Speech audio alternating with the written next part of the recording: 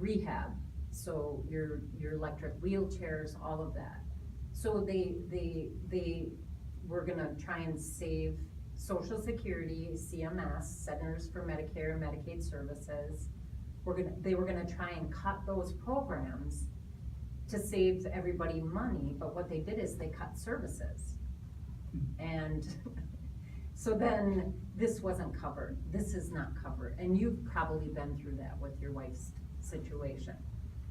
So what my industry does is it saves the whole system money by keeping you in your home, by keeping you out of the ERs, by keeping you out of the hospital, by keeping you out of. What really drives the high costs? Exactly, but I don't know who's not Institutional getting. setting, emergency room, those are the main cost drivers. And what's happening now is because our industry took a 50% cut as of the first of the year. We had a 25% cut, which means that your services got cut. All of my beneficiaries, and they're upset with me, and I'm like, you need to call CMS, because they're the ones that pushed this through. I went and lobbied in DC in May to prevent the second cut from going through. And it got pushed through because the Centers for Medicaid and Medicare basically said there was no problems with the cuts, and there's been businesses that went out. I've laid people off. I have not replaced employees. I basically have had to cut my delivery services to my beneficiaries because I can't. So it's not just it doesn't just, in addition to hurting the delivery of care, that's what we do this, the care for those in need. Mm-hmm. It's also having a detrimental economic impact. Exactly. In many rural communities. And the thing is that this is the rural, because I cover 70-mile radius. So I'm in Clintonville, Waupaca, I'm here every Thursday, and you probably have seen my vans, Erickson Home Medical Equipment, okay? So now you're gonna see them less, because I've had to cut services, because I can't afford to deliver a piece of equipment 70, or even 45 miles away, like someone in the city can. So they're traveling 4 blocks, I'm traveling 40 miles, and they want me to accept the same reimbursement as the competitive bid area. It's not taking a true collection of the data. costs. The cost of delivering care in a rural setting Well, the is a data's lot not different there. than an urban setting. The data just isn't there. So they're ignoring the data. Yes. Despite the data, Mm-hmm. to the contrary, they're moving out of that. Exactly. So, and we were, when we went to DC, basically, our purpose was to get it cut, or to get the second cut stopped. So to allow CMS to collect the data as to how badly this was gonna affect my beneficiaries. And they didn't do it, they pushed it through. So now, my beneficiaries are like, well, what do you mean you can only come, once a month? And I'm like, I'm coming once a month, but the national suppliers, and that's what's gonna happen.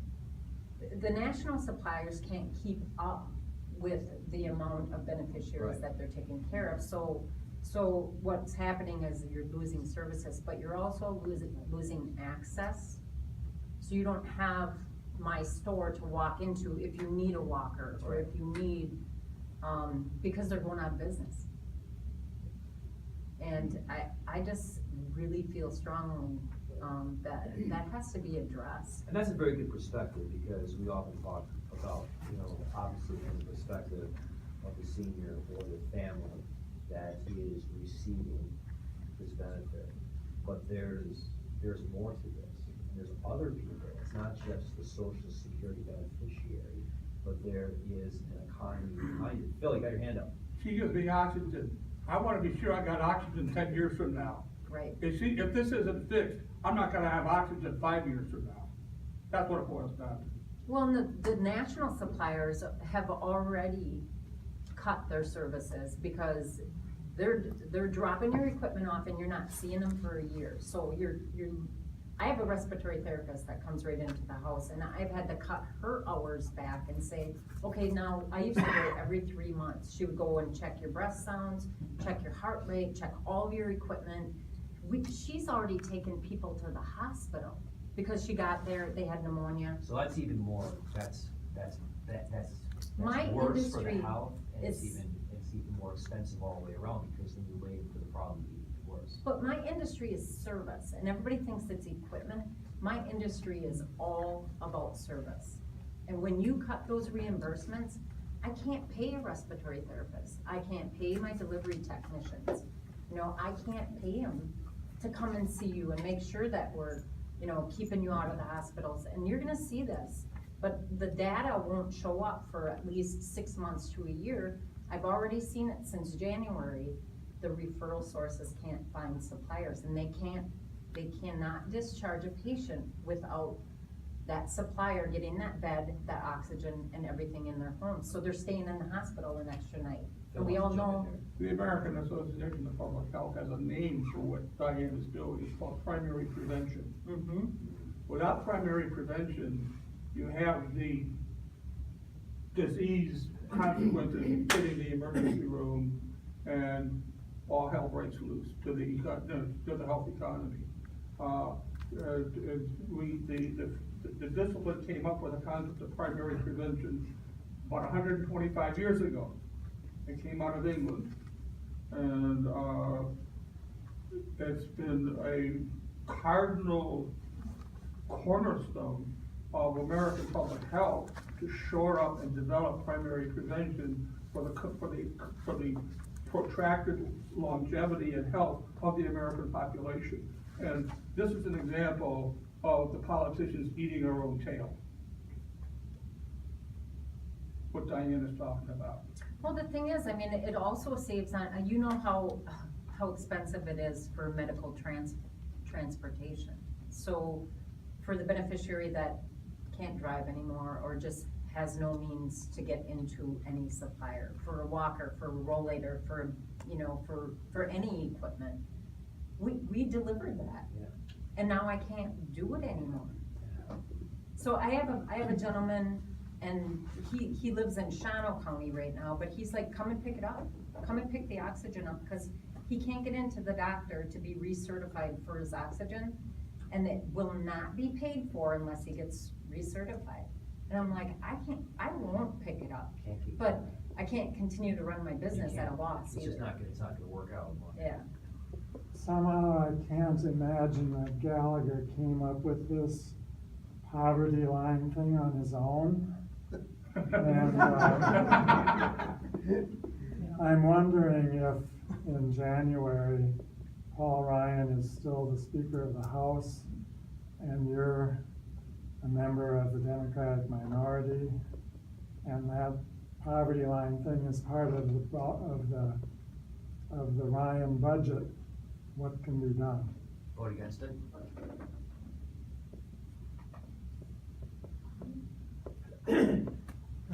You may have discussed this already, I'm sorry I was late.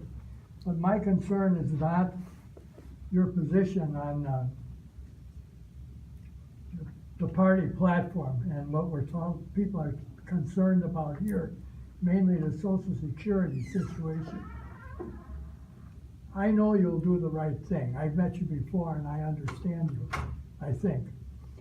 But my concern is that there's too many people in this district, this being a swing district, that still believe that Social Security is not just funded by people who are working. They believe that Social Security funds, some of it anyway, is coming out of the federal budget. And I think it's important that those people remain aware that there's not one penny in the federal budget going into the Social Security program. And if people were more aware of this fact, I think you would have a better chance of picking up a lot of independent votes. And it's been my experience in talking to people, regular people, that what I'm telling you is a fact. people are concerned that their money is going into an entitlement program, which they are not going to one day be able to even attempt to get, because there won't be any funding there. And I think it's just incumbent upon your campaign effort to make people aware of that situation, that their tax dollars are not going to pay my Social Security benefits.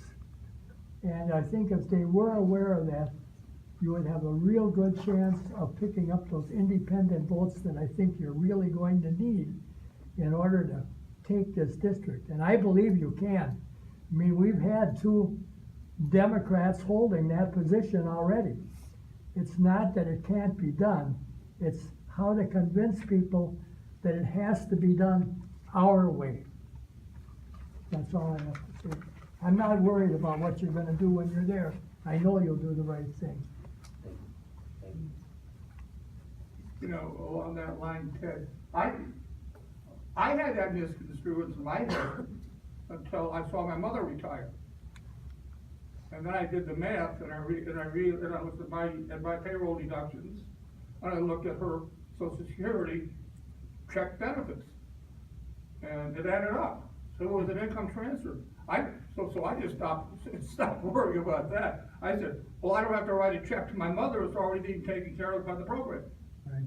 It's already being deducted and transferred over to her. And so I just gotta be sure she has some supplementals on top of it, that you can't afford, I can kick in for that. Sure. But it's a really simple idea, Todd, but you're right. You know, that point is consistently being confused. Somehow, we're not trained to think and understand that that's what Social Security was set up to do. Yeah. Dean has a jingle about it, and I hope at the end we'll have 30 seconds to play it. It's right over there by Ethan. And, Did you bring a guitar, Dean? Did you bring a guitar? No, I didn't, I don't play guitar. but he's got a sideman here, right here in that boombox for you. If you can just play it on unit 10. Did you bring a harmonica? Too many strings on the guitar. Is it okay if I play this jingle? Yeah. Okay. It's your time, I Phil. don't pull this off. The jingle. Let's see.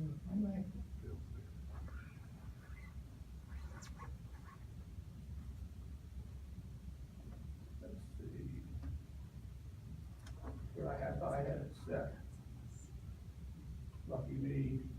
Can I bring up a question while he's telling? Yes, John. well, we're doing Thank you. this It's a thing good now, one. and I'll just blast it out when I get to Social it. Security is, has their hands tied from negotiating drug prices.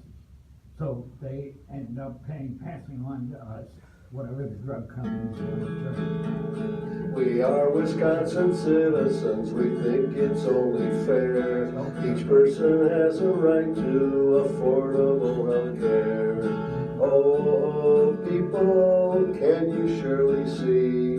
Lower price prescription drugs are good for you and me. Brought to you by Waupaca Democrats.